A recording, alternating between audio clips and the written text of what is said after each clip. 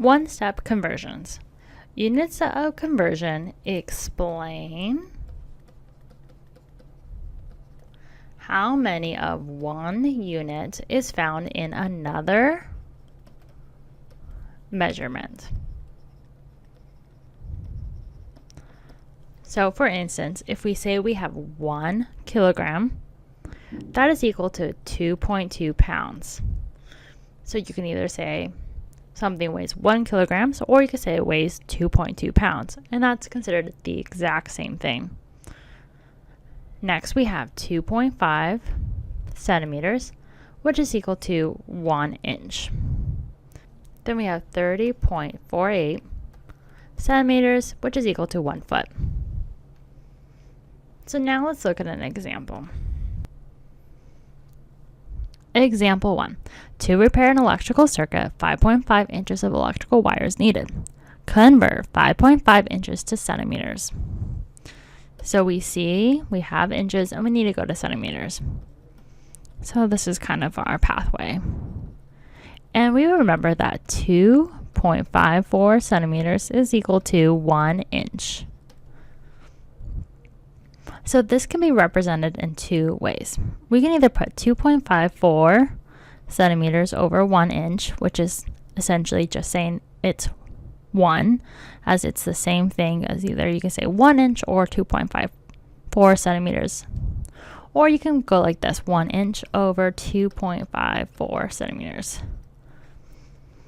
Now, which one we use will be determined by how we do this, like for what our starting number is. So we have 5.5 inches.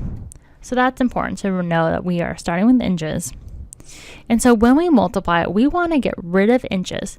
So in order to get rid of inches, you need to put it on the bottom. So we're going to use this conversion. So we have 1 inch over 2.54 centimeters.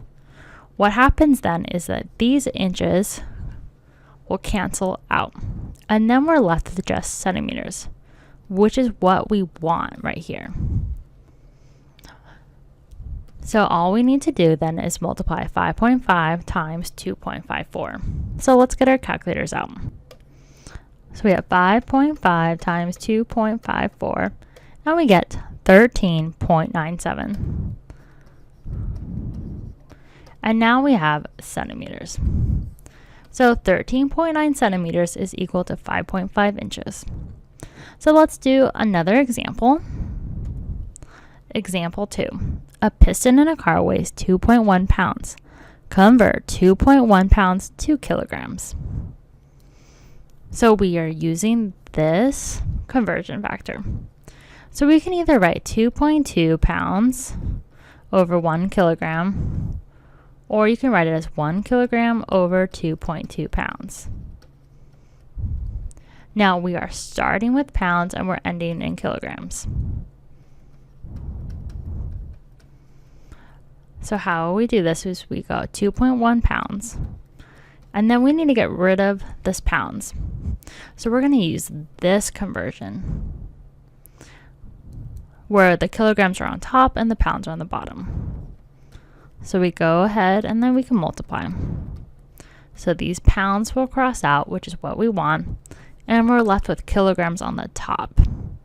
So now we need to go 2.1 times 1, and then we're going to divide by 2.2. So we get 2.1 times 1 over 2.2, and this is in kilograms. So we'll get our calculators out. 2.1 times 1 is just 2.1. Then we're going to divide by 2.2, and we're left with 0.95. As well, just keep it to the nearest hundredth. So this is equal to 0.95 kilograms. And this is what 2.1 pounds weighs if it's weighed in kilograms. So let's do the last example. Example 3.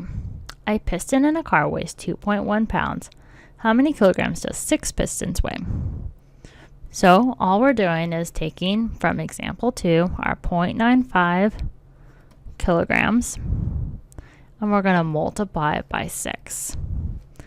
And this will get us to how much 6 pistons weigh. So we have 0.95, and we're going to multiply it by 6. And we're left with 5.7 kilograms. And this is our final solution.